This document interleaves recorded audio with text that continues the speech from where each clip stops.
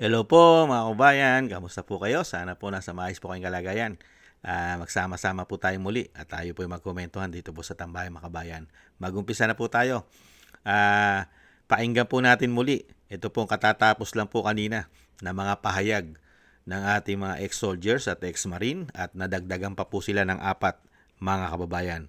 At dito po sa kanilang mga pahayag at pasabog na kompleto po, may mga litrato pa ang karamihan at video, ay may nabanggit din po, nagpangalan din po sila ng media, yung maiingay na media, lalong-lalo po yung isa rin po na kapatid ng tinatawag na Mangkanor at Bendalo.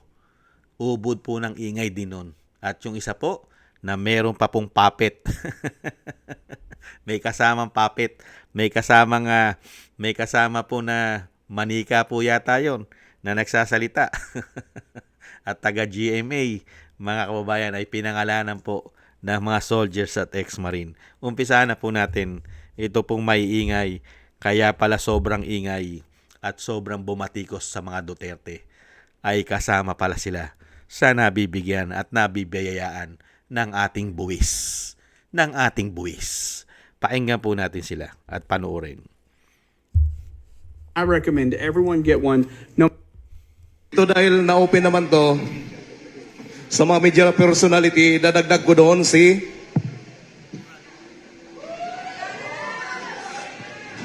Ramon Tulfo. Saan? Sa Pro 87 Scout Gandia sa Prologue QC. Marius Tomas Morato, Marius Scout Gandia, number 87 Prologue Quezon City. Halos every Thursday, Webes. Pagka-meeting niya, yung media personality ko na ini-escortan na si Mr. Joey de Guzman. Kaya pala si Ramon Tulfo, gano'n na lang mag-react. Ulitin ko po wag natin pong kantsawan yung mga media rito kasi sinabukulan yan. Ang tumatanggap naman yung mga boss o editor nila. Sila wala silang kinalaman. Kaya pakiusap ko, wag natin. Hindi naman po lahat ng media. Yung mga matitindi lang po. Yung mga may pangalan. At nakita naman po natin kung paano bumatikos si Tulfo. At nahandyan po. Kaya pagka alam nyo, pag may Tulfo, pambihira. Ibang klase po ang mga Tulfo, mga kababayan. Mga hindi po silaw sa pera ang mga Tulfo. Hindi po ba, mga kababayan? Hindi po silaw sa pera ang mga Tulfo. Ito pa po isa. Mayroon pa pong kasama na pinangalanan po, mga kababayan. Pakinggan po natin, panoorin. Isumbong mo kay Tulfo. Good afternoon po, ako po si Mario Sinisa Jr. Nahire po ako kay Boss Saldi noong January 2, 2025. Diretso po ako, na-assign po ako sa isang PR na taga-media na si Bernard Peralta. Doon ko po nakita yung mga nabibigyan po ng mga paper bag na mga anchor na mga taga-media. Kagaya po ni Arnold Clavio,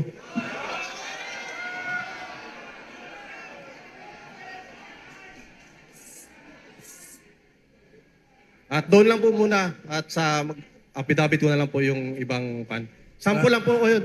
Marami pa po akong mga nakilalang Pakiulit ka. Teka. Para on record ng mga media, para on record, tahimik lang muna. Pakiulit nga yung una mong binanggit na pangalan na nagdi-distribute para sa media. Na-assign po ako sa taga-PR po. Pangalan po si Boss Bernard Peralta. Bernard Peralta. PR daw. And then, sino pa? Ayun po yung boss ko po. Yung mga nabibigyan po, yung mga taga-media. Hindi, yung anchor na binanggit mo. Arnold Clavio po. Yung Arnold Clavio raw, Malinaw, Para malinaw. Arnold Clavio. Good afternoon po, ako po si Mario Sinisa Jr. Yan. Marami pala. Marami. In-example lang po. Nagbigay lang po ng 2. Si Tulfo, Tulfo at si Arnold Clavio. Marami pala. Meron pala silang destino Nakadestino po sila para po sa mga media na binibigyan regular. Grabe, no? Kaya nga po yung mga nabibigyan ng mga media, nakita nyo po ba? Naging bulag na po sila sa katotohanan. Wala na po sila nakitang korupsyon. Wala. Yung mga bulag na nabigyan. Arnold Clavio, kamusta na? Mga kababayan. Kaya, sino kaya nabigyan? Si Arnold Clavio o si Arn Arn? Yung puppet? Si Arn Arn kaya o si Arnold Clavio ang nabigyan? Nito pong sinasabing regular. Regular, mga kababayan. Regular. Katulad po ni Montulfo, every Webes. Tuwing Webes, regular. Mga kababayan, ang delivery. Di lalo na yung mga sikat na tumatanggap ng mga anchor. At sinabi po ng ating mga ex-soldiers at ex-marine, marami! Marami!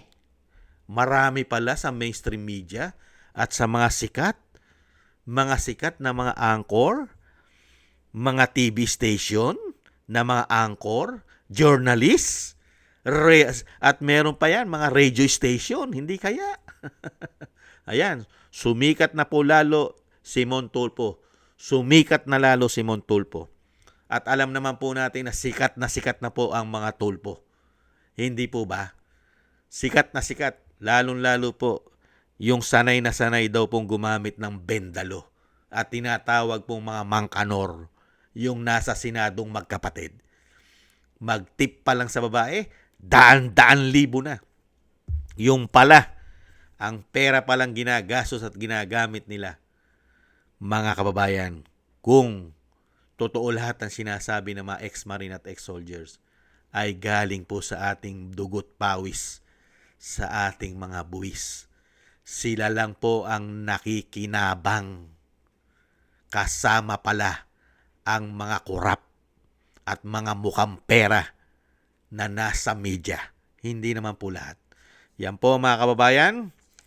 Ano naman kaya ang isasagot dyan ni Montulfo at ni Arnold Clavio? Huwag po kayong mag-alala, Tulfo, Arnold Clavio. Marami naman kayo. Kayo lang ang unang pinangalanan. Marami pa kayo. Huwag kayong mag-alala. Marami kayo. Damay-damay na kayo. Kayo lang ang unang napangalanan sa mga susunod.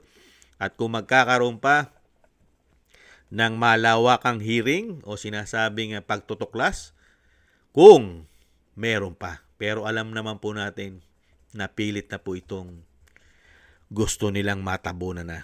At ayaw na ayaw po itong ipamahagi. At ayaw na ayaw po ng gobyerno natin na ito po'y matuklasan.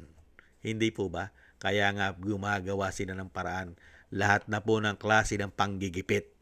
Kaya nga wala dyan ng mga senador na dapat po ay sila po ang nahandyan. Pero wala. Dahil nga po, sa sobrang panggigipit. Saan ka ba naman nakakita? Kalat na kalat po ang kapulisan, pati sa EDSA. Mga kababayan, ibang klase po. Wala na pong independent ngayon ang Senado. Hindi na po sila independent. Hawak na rin po sila ng executive. Hindi po ba? Maraming salamat po mga kababayan at good luck na lang po kay Montulfo at kay Arnold Clavio. Sikat na kayo sa buong mundo. Hindi po ba? At intayin po natin ang mga susunod po na kasama po ni Arnold Clavio at ni Montulfo, mga kababayan. Maraming salamat po sa nakagusto po natin Tambayang Makabayan sa YouTube at TikTok. At ganun din po sa ating mga subscribers. At patuloy po nagsusubscribe. At ganun din po sa ating mga nagbibigay po ng inyong komento, ng inyong pong like, share, and subscribe, and comment.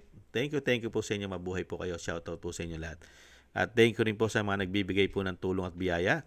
Shoutout po kay Eric Hershaw from Canada, kay Baby Roman at Ate Isa from Cagayan Valley, Jem Aris from United Arab Emirates, Annie Jo, kay Mary Natividad Blinden from Netherlands, kay Tatay Nick from Toronto, Canada, kay Jesus Valdepena, Rolando Guerrero, Milayi, Felipe Shapno from Texas, USA, Rolando Timbol from Alberta, Canada, Melchorita Espinosa from Orlando, Florida, USA, Arthur Estraniero from USA, Randy Crispino from Pasig, Mika Legaspi, Tessie Mantilla from Kuwait, Frank Zamora from California, USA, Romulo Di Binagracia from Bacolod City, at Ma'am LB at Sir Manny from North Miami, Florida, USA. Shoutout po sa inyo lahat. Thank you po at God bless po sa inyo lahat. At ingat-ingat po kayo sa inyo pong mga paggawa.